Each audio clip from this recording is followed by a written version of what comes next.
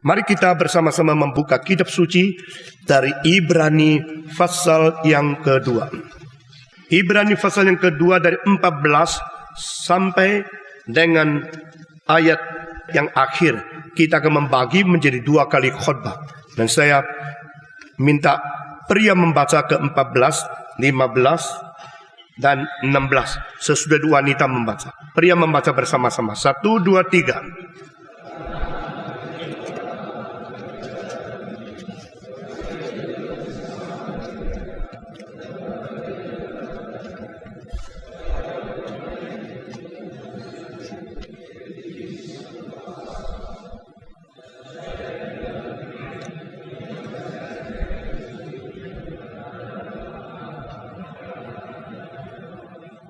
Sekarang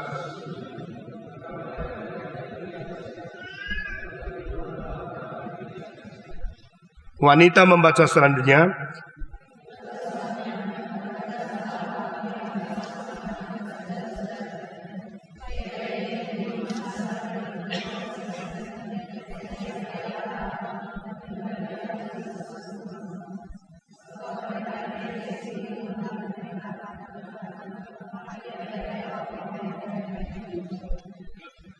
Mari kita berdoa sekali lagi.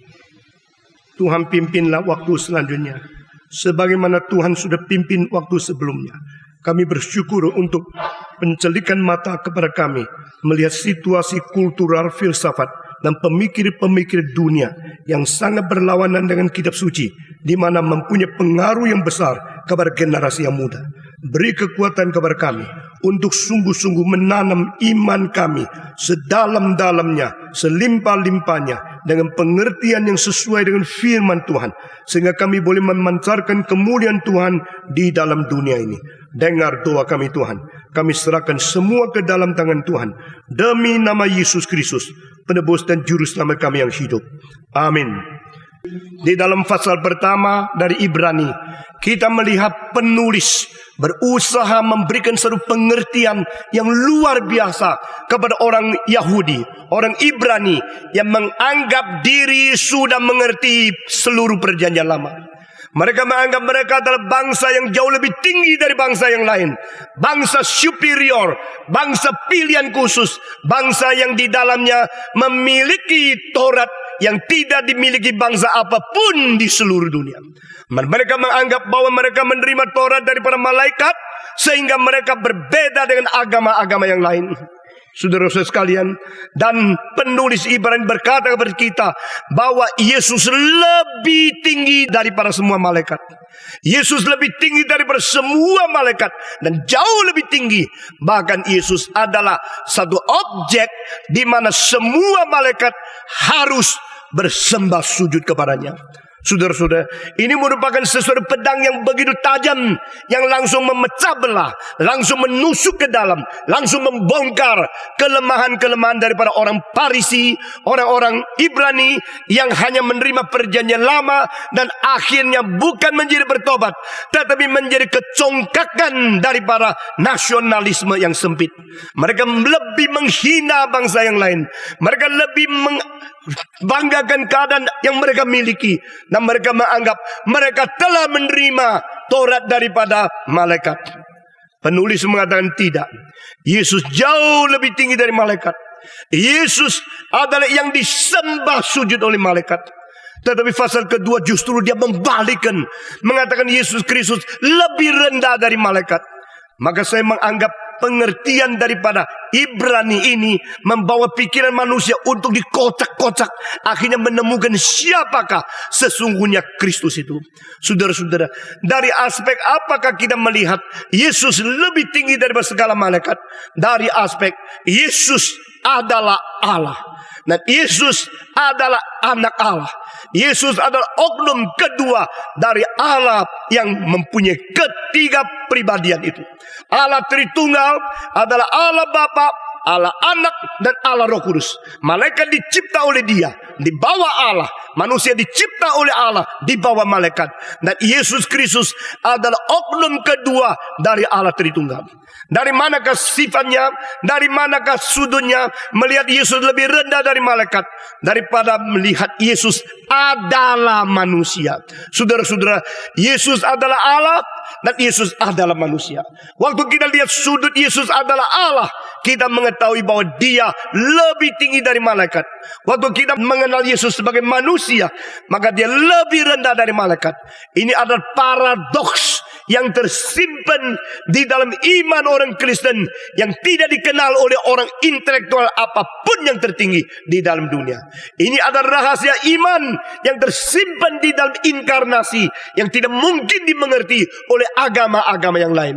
Saudara-saudara, begitu banyak mereka hanya menganggap Yesus manusia.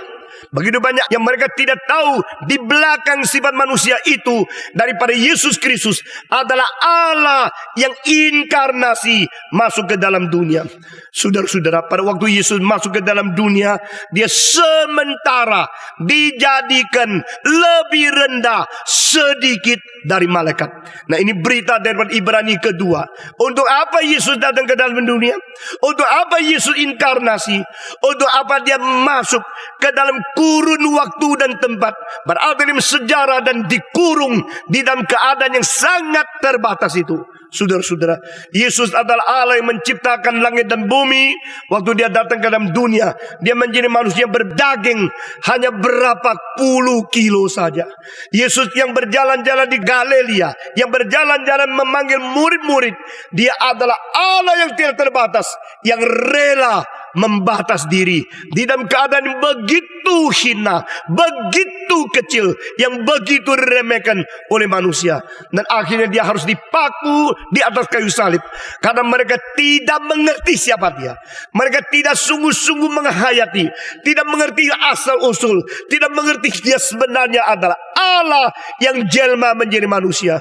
Tetapi justru terjadinya segala sesuatu di dalam sejarah terhadap Yesus Kristus menjadi sesuatu rencana Allah yang diwujudkan melalui paradoks yang tidak dimengerti oleh mereka yang anggap diri pintar sekali. Saudara-saudara, Yesus dianggap oleh orang Yahudi yang lemah, yang tidak berkuasa, yang bodoh, yang tidak bisa membela diri. Itu sebab orang-orang yang berfilsafat tinggi menganggap di dalam diri Yesus tidak ada bijaksana. Orang yang merindukan kuasa besar dari Tuhan menganggap di dalam Yesus tidak ada mujizat. Saudara-saudara, itu sebab Paulus berkata di dalam 1 Korintus pasal 1, orang Yahudi minta mujizat, orang Yunani minta bijaksana, tetapi kami memberitakan bukan dua ini. Kami memberitakan Kristus dan Dia dipaku di atas kayu salib. Saudara-saudara, Golgota adalah satu-satunya tempat tidak ada kuasa manusia yang bisa dirindukan. Golgota adalah satu-satunya tempat di mana tidak mujizat yang bisa dilihat oleh orang yang ingin di dalam agama. Jadi orang yang agamanya berdasarkan mujizat, mereka kecewa karena di atas Golgota tidak ada mujizat yang dilakukan oleh Tuhan. Mereka yang menganggap diri pintar dengan filsafat dan semua pikiran yang tertinggi, mereka kecewa karena di Golgota tidak ada satu alasan yang bisa membuat mereka takluk mengapa Yesus harus mati. Waktu Yesus mati, Dia tidak berdebat. Waktu Yesus mati, Dia tidak membela. Waktu Yesus mati, Dia tidak melawan. Di sini ada pisau. Yesus mengatakan cukup, bukan bawa pisau. Waktu Petrus pakai pisau, Yesus mengatakan masukkan pisau ke dalam sarungmu, karena ini tidak beres. Barang siapa yang memakai pedang, dia akan mati di bawah pedang. Lalu Yesus menyembuhkan itu seorang hamba daripada imam. Saudara-saudara, di sini kita melihat Yesus tidak mau memakai mujizat untuk membela diri, tidak memakai alasan-alasan dari logika untuk berdebat membela diri. Dia lebih baik mati dianggap bodoh, dia lebih baik mati dianggap lemah, dan tidak ada balasan apapun. Bahkan Alkitab mengatakan di atas kayu salib dia tidak melontarkan satu kalimat yang mengancam siapapun. Ini sangat berbeda dengan semua yang pernah dipaku di atas kayu salib. Karena menurut sejarah, semua yang dipaku di atas kayu salib, karena terlalu sakit, mereka mengeluarkan kalimat-kalimat yang sangat bengis, yang sangat kejam, sangat mengancam orang lain, untuk memberikan kutukan kepada mereka yang membawa dia kepada pengadilan, kepada mereka yang memaku dia di atas kayu salib, baik kepada musuhnya maupun kepada tentara-tentara Romawi. Mereka mengutuk tidak habis. Tetapi Yesus di atas kayu salib tidak demikian. Dia dengan tenang, dia dengan menahan sakit, dia menerima segala hukuman di dalam diri tubuhnya untuk menanggung dosa engkau dan saya. Saudara-saudara, paradoks terbesar seluruh dunia sepanjang sejarah adalah di atas salib Yesus Kristus. Kebenaran yang paling dalam tersimpan hanya di atas kematian Golgota. Saudara-saudara, bijaksana yang terbesar dan kuasa terbesar bukan di dalam filsafat, di dalam militer, tapi di dalam tidak membela dirinya daripada Yesus Kristus. Itu sebab Paulus berkata, maka kami memberitakan Yesus dan dia tersalib. Inilah satu-satunya hal yang saya mengetahui. Bukan berarti Paulus tidak tahu apa-apa tentang tahu ini. Paulus adalah salah satu orang yang inteleknya tertinggi sepanjang sejarah. Paulus adalah salah satu orang yang menaklukkan cendekiawan terbanyak di dalam sepanjang sejarah. Lebih banyak daripada Plato, Aristotle, atau Socrates. Saudara-saudara, sampai hari ini saya percaya ratusan juta orang setiap minggu membaca buku daripada Paulus. Dan Paulus yang begitu banyak mengetahui segala sesuatu, dia mengatakan, aku tidak mengetahui apapun kecuali Yesus dan dia tersalib. Ini berarti fokus pengertian yang tertinggi dan semacam rahasia dari para bijaksana yang terdalam adalah di dalam kematian Yesus Kristus. Di dalam ayat ke-14 dikatakan, anak-anak memiliki tubuh yang berdaging dan berdarah, maka dia sama seperti mereka juga bersalut dengan tubuh yang berdaging dan berdarah. Waktu saya merenungkan ayat ke-14 ini, saya sangat kaget sekali. Karena ini adalah mirip dari mirip, double mirip. Apa sebabnya? Manusia yang bertubuh dan berdarah adalah manusia yang dicipta oleh Tuhan, yang mirip Tuhan. Jadi kita mirip Tuhan. Tetapi untuk mau menjadi sama seperti kita, Yesus turun ke dalam dunia. Yesus bersalut dengan daging dan darah. Yesus mirip kita. Saudara-saudara, tidak salahkah ini? Kita yang mestinya mirip Tuhan. Kenapa Allah mengutus anak yang menjadi mirip kita? Dan di sini ada miripnya mirip. Saya yang mirip Tuhan, saya yang mesti seperti Tuhan, karena dicipta menurut peta teladan Allah. Tetapi peta teladan kemiripan manusia tentang Tuhan Allah sekarang sudah dipolusi, distorsi, dicemarkan, dirusak oleh kuasa dosa. Sesudah itu kita menjadi manusia seperti sekarang ini, yang bisa rusak, yang bisa sakit, yang bisa mati, yang dipengaruhi dan dikuasai oleh dosa. Lalu pada waktu Allah mengirim anaknya yang tunggal ke dalam dunia, Yesus Kristus turun ke dalam dunia, dia menjadi seperti kita. Heran tidak? Kita dicipta seperti Allah. Anak Allah diturunkan untuk seperti kita. Ini besar sekali cintanya, dan ini besar sekali korbannya. Dan pada waktu Yesus datang ke dalam dunia, dia bukan memakai tubuh yang seperti Adam sebelum berdosa. Dengar baik-baik. When Jesus come to the world, he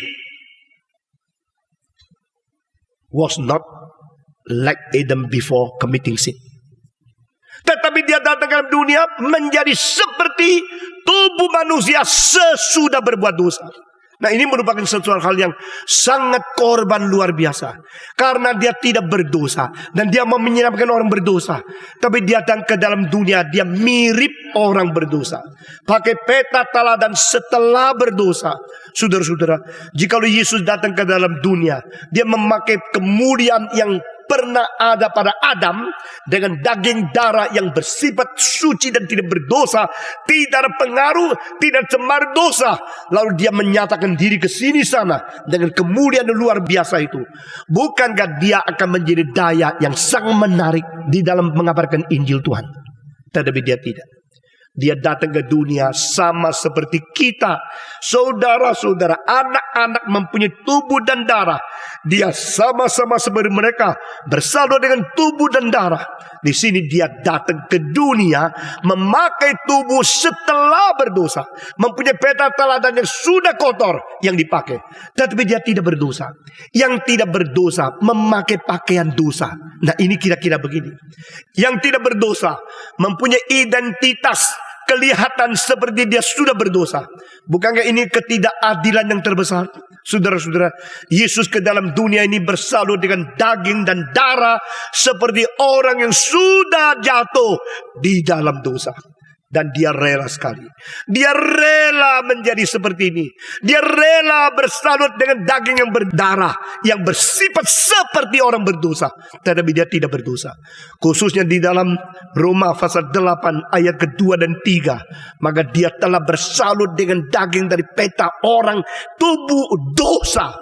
Dia tidak berdosa, pakai tubuh yang berpeta teladan dosa. Saudara-saudara, saya minta saudara memperhatikan satu penjelasan yang penting. Di sini dikatakan anak-anak memiliki daging dan darah, maka dia sama seperti anak-anak. Apakah ini istilah adalah untuk anak-anak Yesus? Karena anak-anaknya ada tubuh, maka dia juga menjadi tubuh. Ini artinya apa? Ini bukan anak-anak Yesus. Sudah perhatikan untuk mengerti ayat ini. Ini adalah anak-anak Allah. Yesus anak Allah yang tunggal, dan anak-anak Allah itu diberikan oleh Allah Bapa karena Yesus menjadi saudara. Barulah engkau konsisten mengerti bagian ini. Karena di depannya bicara saudara, saudara, saudara, saudara. Mendadak ayat ke-14 dikatakan anak-anak berdaging dan darah, maka dia menjadi sama seperti mereka, menjadi bertubuh yang ada daging dan darah. Saudara-saudara, ini adalah anak-anak Allah, dan dia adalah anak yang tunggal. Sehingga konsistensi mengerti Kristus sebagai saudara, dan kita menjadi saudara-saudara yang diberikan Allah Bapa kepada dia. Sehingga dia menyebut, aku menyebut saudara, dan tidak merasakan malu bagi mereka. Nah, ini satu ayat yang sangat menyentuh hati saya. Mengapa Yesus Kristus perlu mengatakan dia tidak merasa malu menyebut kita sebagai saudara? Saudara-saudara, mari kita mengerti dengan cara demikian. Jikalau ada seorang di dalam penjara yang sudah dihukum mati, yang dosanya begitu banyak dan dikenal akan kejahatannya, lalu seorang presiden masuk ke dalam penjara itu dan menggandeng dia keluar, memperkenalkan kepada semua, saya hari ini mengadopsi dia menjadi adik saya. Dan waktu dia mengatakan kalimat itu, semua marah. Karena semua tahu ini orang yang jahat, orang berdosa, orang yang najis, orang yang immoral. Kenapakah seorang presiden yang mulia mau menggandeng dia dan menyebut dia sebagai saudara?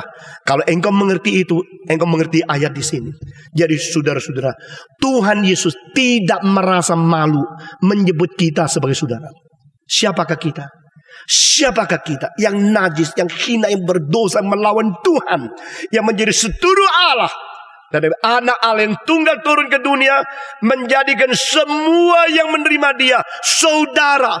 Saudara-saudara sekalian, dia adalah anak sulung, kita adalah anak-anak lain dari Tuhan Allah. Dia adalah anak satu-satunya, kita adalah anak-anak yang diperanakan bersama dengan dia, menjadi warisan dari Tuhan Allah. Saudara-saudara, jadi dia tidak menjadi malu.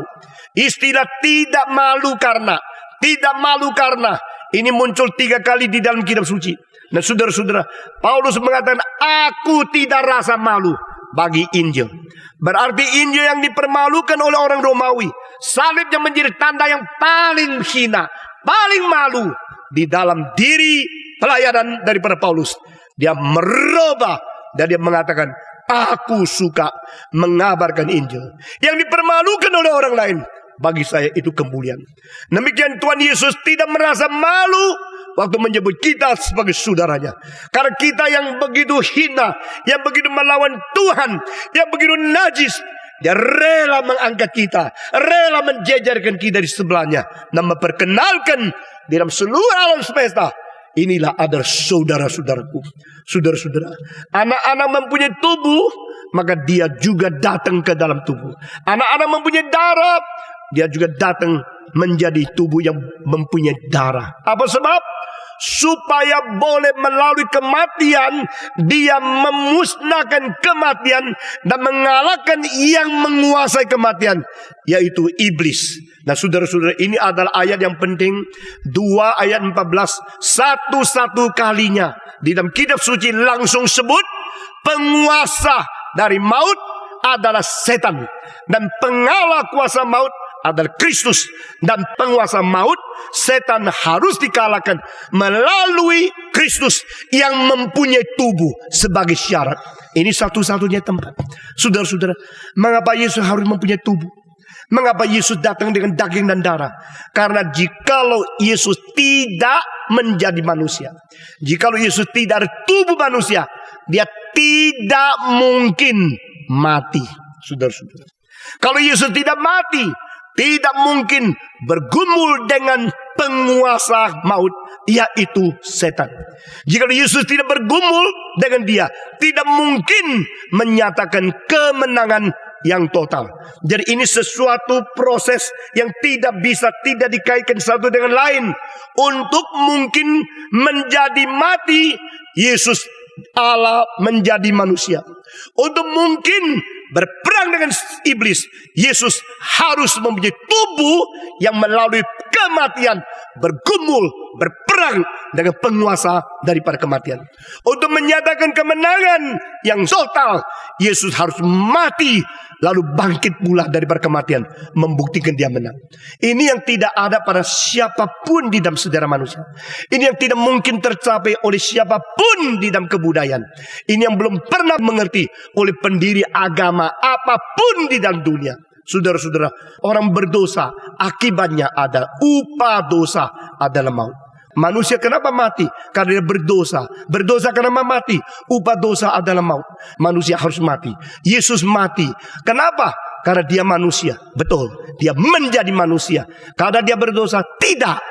Dia adalah Allah yang tidak berdosa, sengaja menjadi manusia dengan peta teladan seperti orang berdosa, bersalut dengan daging dan darah untuk mungkin mati.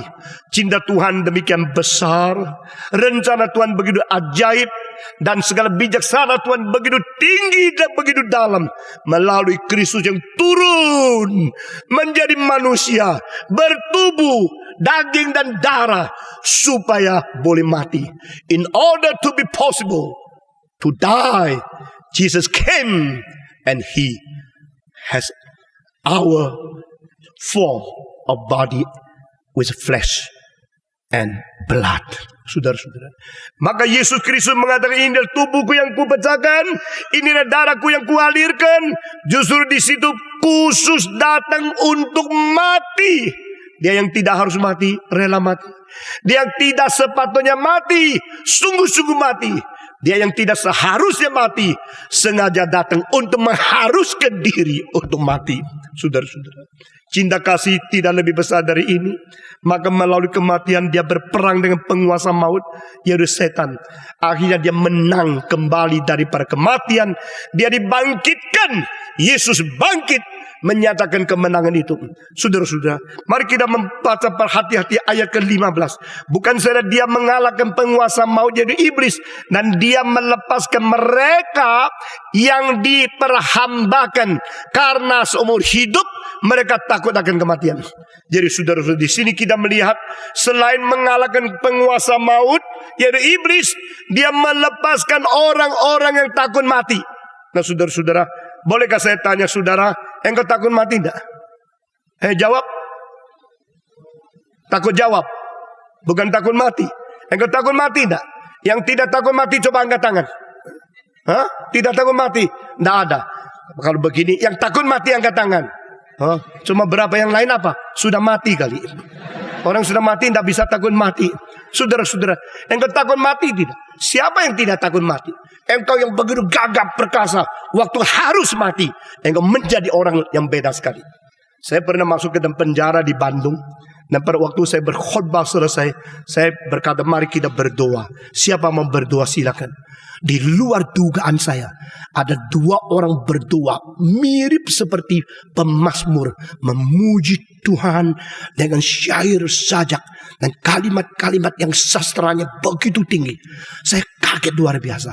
Lalu saya tanya, yang doa tadi 2 orang itu siapa?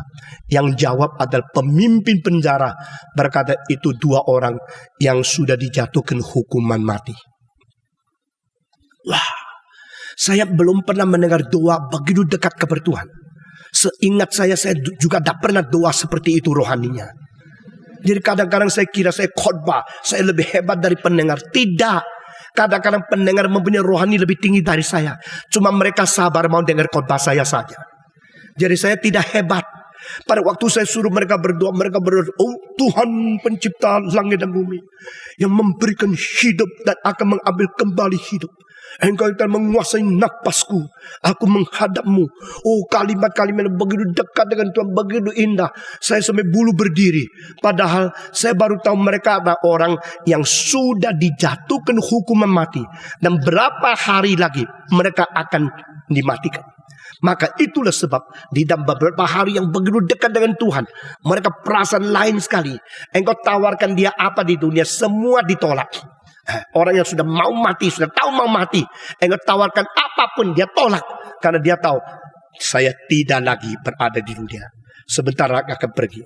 Dia mulai memikirkan akan hal tentang bagaimana dosaku, bagaimana saya menghadap Tuhan Allah, bagaimana saya bisa berdiri di hadapan Tuhan yang maha suci, bagaimana saya bisa membereskan hidup saya yang tidak beres dan selama ini terpisah dari Tuhan Allah.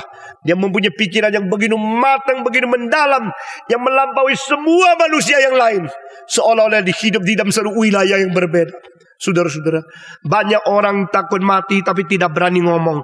Karena selain takut mati, juga takut diketahui kalau dia takut mati.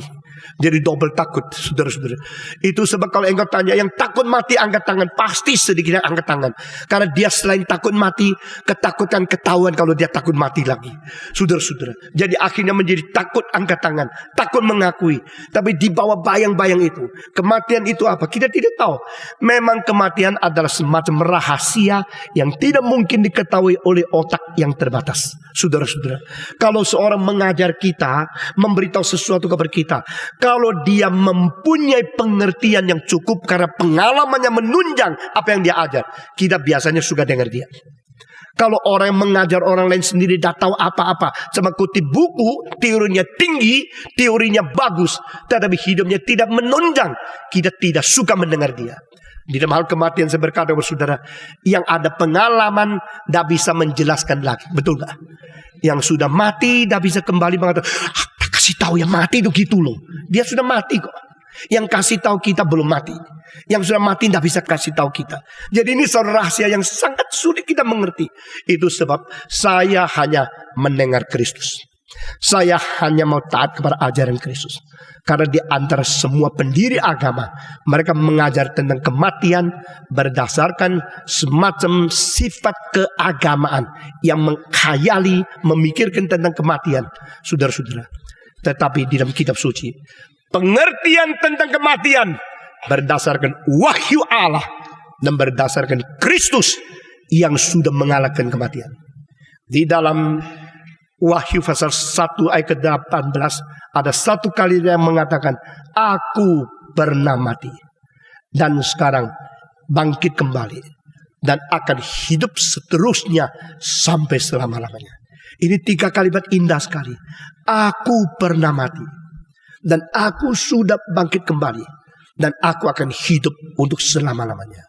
Inilah satu kalimat yang tak pernah mungkin engkau membaca daripada orang-orang yang lain, saudara-saudara, kecuali Yesus Kristus. Aku pernah mati. Engkau kalau baca biasa gini, oh enggak apa-apa. Oh, Yesus bilang dia pernah mati. Tapi engkau renungkan, kalau seorang duduk di sebelahmu, bisik sama engkau, aku pernah mati. Engkau jangan ngomong-ngomong, ikut lagi khotbah, jangan rame-rame. Lalu engkau pikir, dia ngomong apa? Dia pernah mati. Nah kalau begini, siapa ini yang di sini? Yang duduk di sebelah saya pernah mati. Engkau langsung lari. Ketakutan luar biasa. Karena itu tidak boleh di dalam mulut orang biasa mengatakan. Tak mungkin orang sudah mati lalu hidup jejer sama kita. Katanya ada orang yang mati lalu bangkit sebentar lagi mati lagi. Itu lain. Saudara-saudara, berarti sesungguhnya dia belum mati sungguh-sungguh. Maka bangkit sementara mati lagi baru mati sungguh-sungguh. Jadi tidak ada orang bisa memberitahu kabar kita setelah mati bagaimana. Kristus mengatakan, aku pernah mati dan aku bangkit lagi dan aku akan hidup selama-lamanya. Dia adalah satu-satunya di dalam tangannya memegang kunci daripada alam maut. Saudara-saudara, di dalam tanganku ada kunci dari alam maut. Saudara-saudara, jadi di sini kita melihat siapa yang bisa menolong kita, siapa yang bisa melepaskan kita daripada ketakutan tentang kematian. Orang yang takut mati menjadi hamba, menjadi budak daripada kematian. Saudara-saudara, satu kali lagi, orang yang takut mati menjadi budak daripada kuasa kematian. Semua, 1, 2, 3. Orang yang takut mati menjadi budak dari kuasa kematian. Dari mana? Dari sini. Dari sini. Karena Yesus bukan saja mengalahkan iblis yang menguasai kuasa maut, dia juga melepaskan mereka yang karena takut mati seumur hidup diperhambakan oleh kematian. Saudara-saudara, saya percaya jikalau seorang bisa lepas daripada ketakutan mati, dia akan berani luar biasa. Seorang kalau tidak mempunyai perasaan takut kepada mati, dia akan berani jalankan kehendak Allah tanpa reserve. Saudara-saudara, dan seorang hamba Tuhan memerlukan ini secara luar biasa. Saya bersyukur kepada Tuhan karena Tuhan menjanjikan kepada kita, dia sudah mempunyai kunci daripada alam maut. Dia sudah mengalahkan kematian. Sehingga barang siapa yang mengikuti Yesus Kristus seharusnya tidak boleh lagi takut mati. Saudara-saudara, ketakutan sebagai satu refleksi psikologi, refleksi fisiologi, itu kita terima dan mengerti. Tapi secara rohani kita mempunyai iman mengetahui bahwa kita tidak pernah perlu lagi di bawah kuasa maut. Karena Yesus juru selamat atau jenderal kita. Di sini dipakai the great masters of life. Tuhan Yesus adalah sesuatu pemimpin, adalah sesuatu yang menjadi jenderal besar, membawa kita menuju kabar kemenangan. Dia bahkan sudah pernah mati bagi kita. Saudara-saudara, dengan demikian kita tidak perlu lagi takut, kita tidak perlu lagi dikuasai, kita tidak perlu lagi menjadi hamba daripada setan. Saudara-saudara, George Bernard Shaw, seorang sastrawan dari Inggris, dia mengatakan, jikalau seseorang tidak takut mati, maka dia hanya perlu mati satu kali saja secara wajar. Tetapi jikalau seorang takut mati, dia saben hari ditakut-takuti oleh mati yang belum datang. Saudara-saudara, saya sendiri mengerti dengan demikian. Orang yang tidak takut mati hanya perlu mati satu kali. Orang yang takut mati saben hari takut-takut, tapi mati tidak jadi untuk hidup lagi untuk takut mati. Jadi terus melayani ketakutan mati. Saudara-saudara sekalian, biar kita belajar dengan iman kita itu menghidupkan kita. Bukan iman berhenti di dalam doktrin mengerti, mengetahui, semacam confession in our understanding, cognitive understanding of the doctrine. Bukan, dan menjadi sesuatu penghayatan, menjadi sesuatu penterapan yang kita percaya, kita tahu, yang kita tahu, kita nikmati, yang kita menikmati, kita laksanakan, yang kita laksanakan, kita mengalami apa yang dijanjikan oleh Tuhan. Saudara-saudara, khotbah-khotbah yang hanya menyentuh hari sehari disebut praktis. Saya kira itu terlalu dangkal. Sebenarnya yang disebut praktis yaitu semua janji Tuhan yang bisa kita alami pribadi, itu praktis. Amin. Jadi semua yang dijanjikan oleh Tuhan, semua yang sudah Tuhan janjikan dalam kitab suci, berapa banyak, berapa ribu kalimat, berapa juta perkataan, kita mengatakan semua itu bisa diterapkan, semua bisa dialami, semua bisa kita hayati, dan kita akan mengatakan ini semua adalah hal-hal yang praktis bagi saya. Saudara-saudara, dipilih oleh Tuhan itu praktis, dipredestinasikan oleh Tuhan itu praktis, dijadikan benar karena iman itu praktis, dikuduskan oleh darah Yesus Kristus itu praktis. Kita terlepas daripada kuasa maut karena kita tidak lagi takut kepada kuasa kematian, itu praktis. Saudara-saudara, jadi Yesus Kristus bukan saja melalui kematian dia mengalahkan penguasa maut, yaitu iblis, dan dia melepaskan mereka yang seumur hidup menjadi hamba karena takut mati. Saudara-saudara, puji Tuhan. Kadang-kadang kalau kita memikirkan segala kesulitan, bahaya sudah datang kepada kita, kita semua orang menjadi takut sedikit. Saudara-saudara, beberapa pendeta yang sangat terkenal di Hong Kong sebelum tahun 1997 tiba, beberapa tahun, 8 tahun sebelum itu, mereka mengatakan hal-hal yang lawan komunis. Mereka tidak setuju komunisme, mereka kritik akan Beijing. Tetapi pada tahun 94, 95, 96, kurang 1 tahun, Hong Kong akan kembali kepada Beijing.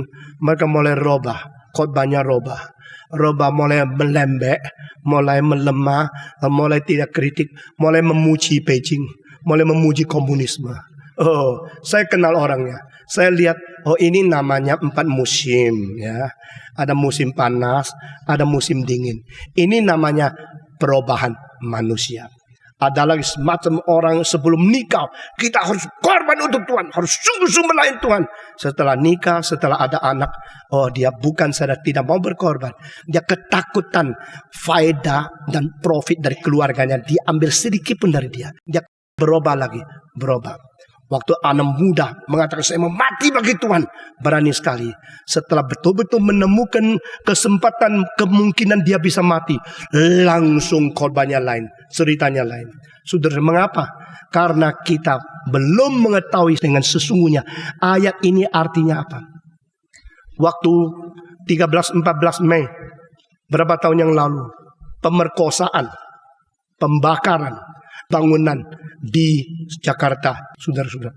Waktu begitu banyak orang ketakutan, begitu banyak itu begitu takut, langsung lari ke luar negeri, termasuk pendeta-pendeta.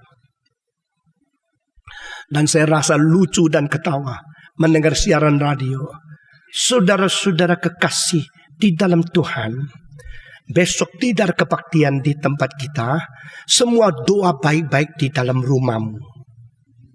Saudara-saudara, karena apa? Huru-hara, kekacauan. Di mana orang Kristen kumpul itu bahaya, bukan? Kita harus berbijaksana dong. Jadi hari Minggu yang akan datang, mari kita tidak usah ikut kebaktian. Libur, gereja libur. Kalau anak-anak libur, libur. Gereja mungkin juga sama ya. Kalau saya mengatakan minggu depan libur, engkau puji Tuhan, begitu.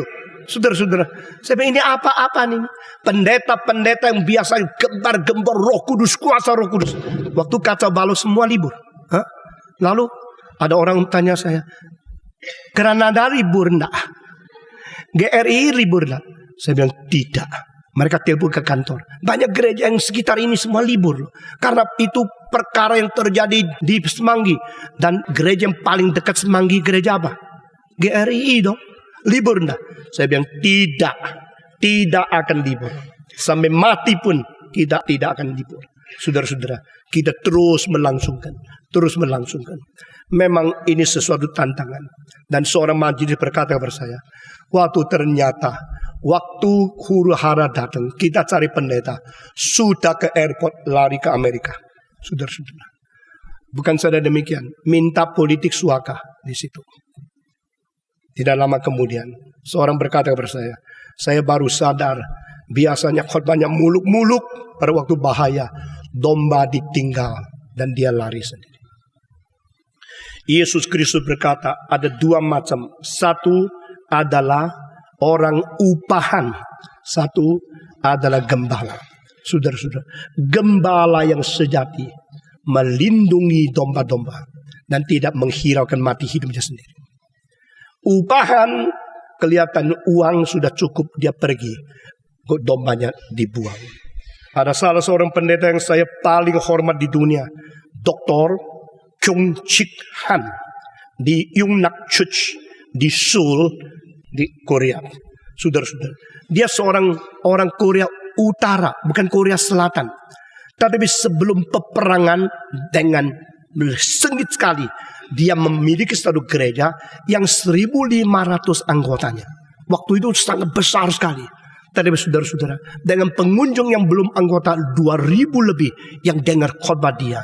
Dan Kyung Chik Han lulusan Old Princeton. Kalau dia masih hidup sekarang kira-kira umurnya kira-kira 101. Orang yang besar, orang yang hebat. Kalau engkau tanya orang Kristen yang baik di Korea, mereka semua tahu nama ini. Dan saya berjumpa dengan dia 5 minggu di Switzerland waktu saya studi penginjilan di sana. Saudara-saudara, Kyung Chik Han pada waktu dikepung, gereja mau dibakar dan banyak kesulitan. Dia dengan air mata berkata kepada anggotanya, silakan pergi ke Korea Selatan. Karena chosen yang di utara sudah kena komunisme. Kita tidak akan mungkin bebas melayani Tuhan di sini. Untuk hari depan anakmu dan engkau pergilah bersaksi di Korea Selatan. Lalu sekeluarga satu persatu ditolong, dibantu, dipimpin, diatur sampai mereka aman. Sampai disuruh mereka tulis surat kembali, telepon kembali, Dr. Kyung Chik Han, kami sudah dipimpin Tuhan selamat sampai di sini. Sementara belum ada pekerjaan, kita sekarang susah sekali. Dia doakan anggotanya satu persatu sampai semua anggota sudah lari ke selatan selesai. Tidak ada satu yang ketinggalan. Semua sudah selesai. Dia cari lagi, sudah tidak ada. Dia terakhir yang pindah ke Korea Selatan.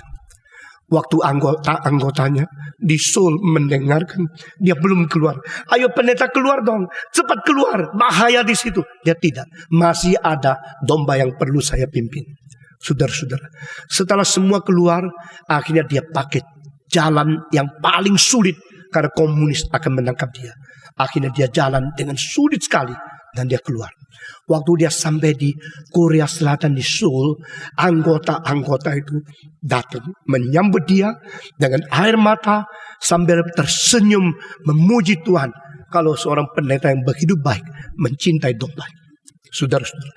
Lalu mereka mengatakan, mari kita kembali dirikan satu gereja di Korea Selatan. Tidak ada tempat, tidak ada tanah, tidak ada uang, semua serba baru dan asing. Bagaimana? Doa, doa, doa. Orang Korea terkenal doa. Setiap pagi jam 5 berdoa, berdoa. Mereka pakai tempat-tempat dari orang Kristen yang masih mungkin mempunyai rumah. Berdoa, kumpul ratusan orang, puluhan orang di rumah-rumah itu. Berdoa. Akhirnya Tuhan memberikan kemungkinan mereka kumpul uang, beli sebidang tanah. Sudah beli sebidang tanah, mereka bangun gereja. Saudara-saudara, tahun 1969, waktu saya di Switzerland, saya ketemu dengan dia. Dia tidak mengatakan apa-apa. Tetapi Bob Pierce, pendiri daripada yang disebut World Vision, berkata kepada saya, his church is the greatest and the biggest Presbyterian church in the whole world. Saudara-saudara, dia kira-kira setelah 20 tahun lari keluar daripada Korea Utara. Maka dia di Korea Selatan menjadi gereja Presbyterian terbesar di seluruh dunia. Waktu itu anggota menjadi 15.000. Saudara-saudara, seorang pendeta yang baik, seorang gembala, bukan upahan. Saudara-saudara, ini 2 tahun saya kalau mau masuk jalan saya, mau lewat ke sini sana, lihat Jakarta kok seperti kebun binatang ya. Semua pintu itu besar, besinya gini-gini. Itu adalah ukuran untuk singa loh, saudara-saudara. Ya kan? Jalan-jalan di Jakarta itu semua itu rujinya tinggi-tinggi. Untuk singa, macan tutul lah itu. Kalau untuk buaya pendek sudah cukup. Jadi berarti ini seluruh Jakarta sudah menjadi kebun singa, sudah menjadi kebun harimau. Ini jadi apa? Oh, itu lebih aman kan? Jadi semua dia ambilkan uang berapa juta, bikin pintu di sini, bikin pintu di sana. Saya lalu pikir, kalau yang datang itu 20 orang, ya cukup untuk melawan pintu kayak gini. Kalau yang datang merusuh 3.000 orang, sapan-sapan lari dulu, betul enggak? Sapan-sapan akan berjuang, ayo melawan 3.000 orang. Nah mungkin dia pikir-pikir lagi, satu hari dapat berapa sih? 3.000 orang, satu jambak rambut saya sudah botak saya. Langsung dia lari. Mereka kalau dikasih uang lagi lebih banyak, mungkin sapan-sapan akan menolong 3.000 perusuh untuk melawan engkau, bukan membela engkau. Saudara-saudara, karena apa? Uang. Karena di dalam dunia dia perlu uang, itu saja. Tetapi kita Kristen bagaimana? Tidak. Orang Kristen mempunyai satu tanda khusus, yaitu tidak takut mati. Saudara-saudara, orang Kristen mempunyai satu ciri khas yang seharusnya tidak ada pada yang lain, hanya ada pada kita. Jikalau ada juga pada yang lain, pasti beda. Saudara-saudara, bukankah orang komunis, orang revolusi, mereka juga tidak takut mati? Beda. Mereka tidak takut mati karena mereka kira setelah mati selesai. Kita mengetahui setelah mati tidak selesai, dan kita mengetahui Kristus sudah mengalahkan kematian. Itu sebab kita tidak takut mati, berbeda dengan siapapun di luar Kristus. Saudara-saudara, dan kita adalah orang yang sampai mati tidak memadamkan api kita, yang tidak mau dipadamkan api untuk mengabar Injil, tidak mau berhenti karena ketakutan kepada kematian, tidak mau diancam lalu kita menyerah. Kita tidak menyerah, kita tidak mau berkompromi, kita tidak padam. Kemarin setelah di Pondok Indah, saya menuju ke Kinasi karena itu camp nasional daripada Perkantas. Jadwalnya saya khotbah kemarin malam. Saudara-saudara, jadi dari pagi dari Singapura terus sampai sore langsung pergi ke situ, dan di situ saya berkhotbah mengenai Yesaya 42. Lihatlah hambaku yang kupegang, hambaku yang memperkenan aku, hambaku yang telah aku pilih, hambaku yang kuberikan roh di atas diri dia. Lihatlah siapa dia. Dia tidak menonjolkan diri. Dia tidak berteriak-teriak dengan suara untuk memperkenalkan diri. Dia tidak memperdengarkan namanya di tengah jalan-jalan raya. Dia adalah orang yang mengetahui bagaimana menyembunyi diri, bagaimana menjunjung tinggi Tuhan, bukan diri. Bagaimana dia mau berkorban untuk pelayanan. Dan bulu yang terkulai, ia tidak mematahkannya. Sumbu yang berasap, ia tidak memadamkannya. Sampai dia menjalankan kebenaran ditegakkan di dalam dunia. Ini semangat Yesus Kristus. Dan beberapa lagi yang mengatakan 2 kalimat di bawahnya, dia sendiri tidak terkulai, dia sendiri tidak padam. Berarti apa? Dia harus menjadi contoh tidak mati apinya, menjadi contoh tidak patah hatinya, menjadi contoh tidak tawar, tidak akan menyerah, tidak akan kompromi, tidak akan berhenti dan dipadamkan apinya. Saudara-saudara, abad ke-21 memerlukan banyak orang Kristen yang sungguh-sungguh rela berkorban, rela menjadi api, rela tidak menyerah, rela untuk sampai mati membela kebenaran. Saudara-saudara, engkau dan saya, kemarin malam Tuhan bekerja luar biasa. Waktu panggilan diberikan, kira-kira di antara 900 orang, 450 yang maju ke depan, menyerahkan diri menjadi hamba Tuhan. Setiap kali saya melihat kalau Tuhan bekerja seperti itu, suasana-suasana yang bagi kita yang melayani mungkin melihat, tapi bagi mereka seumur hidup satu kali menyerahkan diri kepada Tuhan dan tidak berubah lagi. Saya umur 17 pada tahun 1957 Januari tanggal 9, dengan air mata yang membasahi seluruh pakaian di depan, berdiri di hadapan Tuhan berkata, Tuhan, aku menyerahkan diri menjadi hamba-Mu. Jikalau aku tidak menyerahkan, ya sudahlah. Jikalau aku sudah menyerahkan menurut panggilan-Mu, pelihara aku sampai mati. Dan aku berjanji setia kepada firman-Mu sampai mati juga. Saudara-saudara sekalian, apakah kita tidak takut mati? Kita semua manusia, kita semua takut mati. Tetapi kita mungkinkah menjadi tidak takut mati? Mungkin. Karena apa? Karena Kristus yang sudah mati mengganti kita, mengalahkan penguasa maut, dan dia akan melepaskan kita daripada perhambaan dari kuasa maut, karena seumur hidup kita takut kepada kematian. Saudara-saudara, puji Tuhan, berapa kali di dalam bahaya yang besar sekali, saya mengingat dan menikmati ketenangan jiwa yang luar biasa. Saudara-saudara, pada waktu saya masih umur 21, di tengah-tengah naik becak, menginjili tukang becak, mendadak becak diberhentikan oleh seorang besar sekali dengan pisau pedang yang tajam begini, mengkilap di tengah-tengah malam. Lalu saya tahu dia mau ambil arloji saya. Saya bilang, oke, saya kasih sama you. Saya kasih. Setelah dia ambil, dia rampas, dia lari. Itu pisau sudah berada di tubuh saya. Tapi saya rasa tenang sekali. Rasa ada penyertaan Tuhan yang tidak pernah kita alami seperti dulu. Ini merupakan satu kesempatan yang membuktikan Tuhan menyertai saya. Saudara-saudara, lalu setelah dia pergi, saya mengabar Injil kepada dia. Kau berdosa, bertobatlah kamu. Tuhan Yesus mencintai engkau. Dia teriak, apa? Seperti membalik lagi. Tukang becaknya ketakutan luar biasa. Kotak-kotak tangannya, sudah gemeter. Saya bilang, jangan takut. Dia bilang, saya takut Tuhan. Saya takut. Saya bilang, Tuhan menyertai kita. Lalu saya menginjili dia lagi. Saudara-saudara, satu kali lagi saya pergi ke ujung pandang. Waktu itu namanya Makassar. Saudara, bukan emak yang kasar ya, Makassar. Lalu pada waktu selesai khotbah, penuh orang seluruh sampai di atas jendela, di luar pintu, kursi tumpuk meja, orang penuh sesak. Selesai 8 hari khotbah di situ, saya berkata saya mau pergi ke Palopo. Oh, enggak bisa. Pasti bentong. Palopo daerahnya tentara pemberontak. Karena tengahnya banyak tentara pemberontak kepada pusat.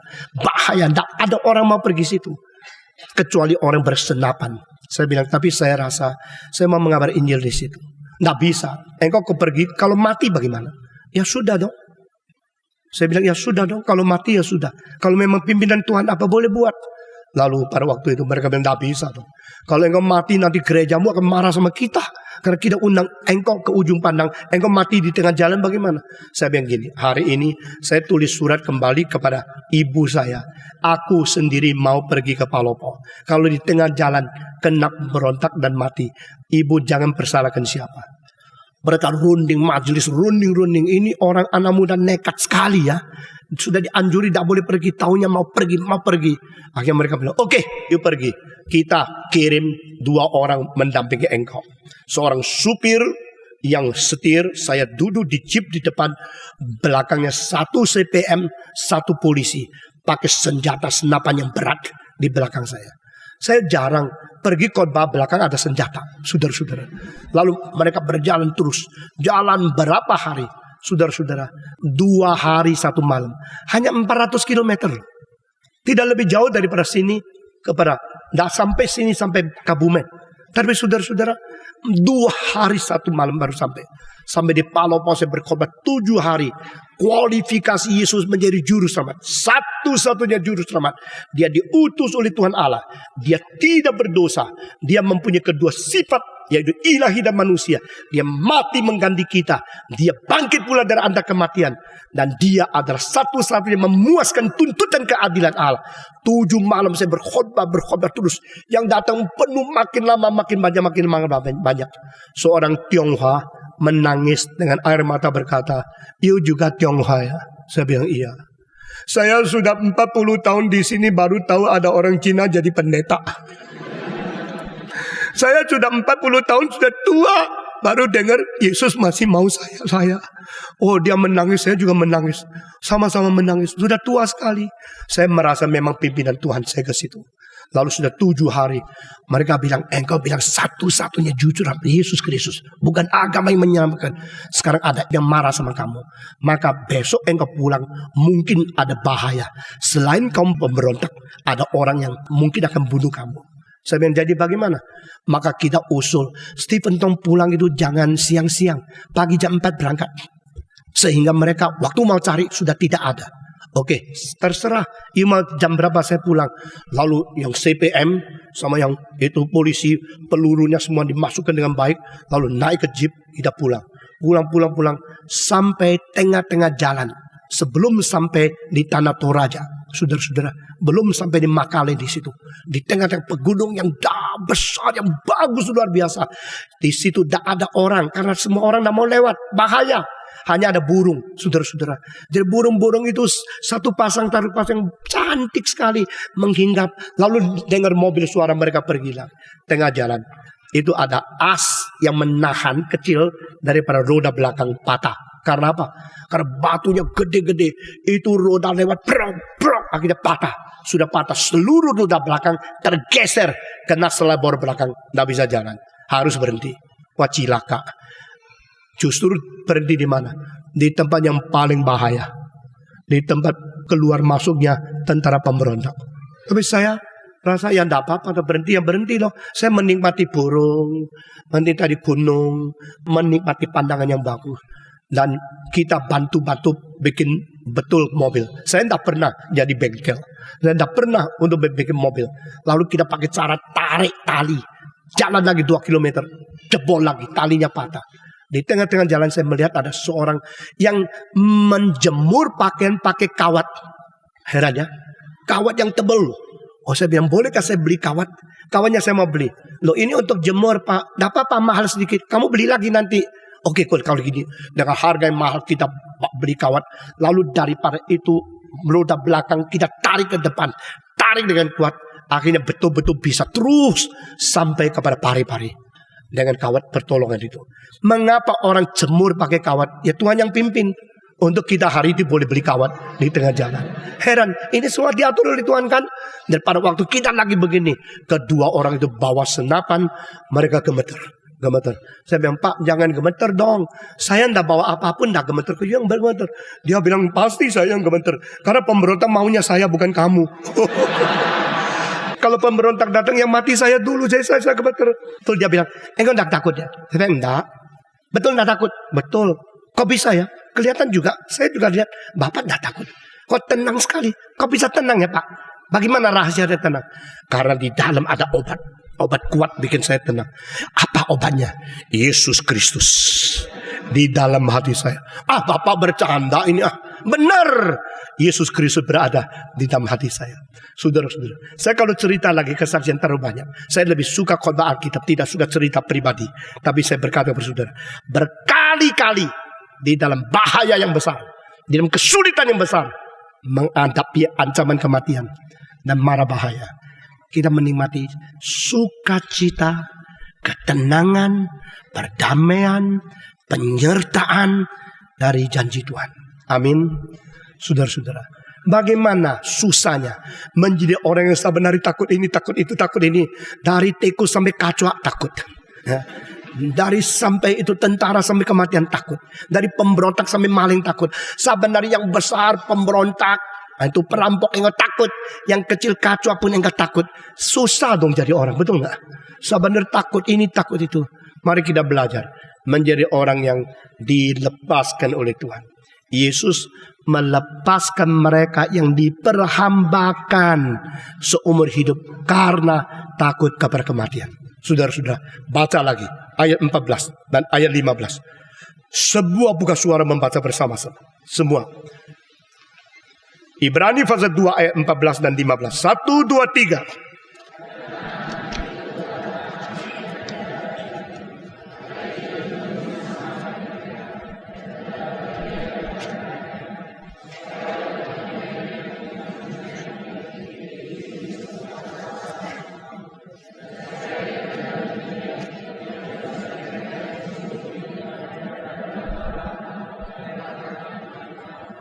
Puji Tuhan. Saudara-saudara, mari kita menikmati. Mari kita berkata kepada Tuhan, lepaskan saya. Maukah saudara? Mari kita tunduk kepala. Kita masuk dalam doa. Siapa yang berkata, Tuhan saya berterima kasih, hari ini memberikan penjelasan dan memberikan kekuatan kepada saya, supaya iman saya boleh bertumbuh dengan sehat. Tuhan tolong saya. Tuhan beri kekuatan kepada saya untuk terlepas dari ketakutan kepada kematian. Supaya saya hidup di dalam rohani yang bebas, rohani yang perkasa, rohani yang betul-betul menikmati penyertaan Tuhan dan kuasa kebangkitan Tuhan. Ada orang demikian, coba acungkan tangan saudara. Siapakah? Puji Tuhan, puji Tuhan, puji Tuhan, puji Tuhan, puji Tuhan, puji Tuhan. Mari kita berdiri bersama-sama. Semua berdiri. Mari kita berterima kasih kepada Tuhan. Kita bersyukur kepada Tuhan. Karena kita memiliki Kristus yang lebih tinggi dari malaikat. Tapi juga rela lebih rendah dari malaikat. Kristus yang melalui kematian dan kebangkitan menjadi penebus dan pengharapan kita masing-masing. Kita bersyukur, kita berdoa, kiranya Tuhan menambah, menguatkan iman kita untuk hidup mati ikut Yesus setia sampai Dia datang kembali. Mari kita semua buka suara, semua berdoa. Mari kita berdoa. Bapa di dalam surga, kami berterima kasih karena cinta kasih yang ajaib, yang demikian besar yang sudah Tuhan karuniakan kepada kami. Kami berterima kasih karena Engkau yang begitu tinggi, jauh lebih tinggi dari semua malaikat, yang begitu mulia dan hormat, rela turun ke dalam dunia, sementara lebih rendah sedikit dari malaikat. Kami berterima kasih, kami bersyukur. Kami serahkan diri kami satu persatu ke dalam tangan Tuhan. Kiranya Engkau memimpin kami, memberikan kuasa dan gerakkan kami, sehingga kami boleh menjadi orang yang betul-betul dipakai Tuhan di dalam dunia ini. Beri kekuatan kepada kami, sehingga iman kami bertumbuh, dan kami boleh menjadi orang yang sungguh-sungguh terlepas daripada perhambaan kuasa iblis, dan kami boleh menjadi orang yang tidak takut kepada kematian, karena Kristus sudah menang atas kuasa maut. Kami berterima kasih, kami bersyukur di dalam nama Yesus Kristus, penebus dan juru selamat kami yang hidup. Amin.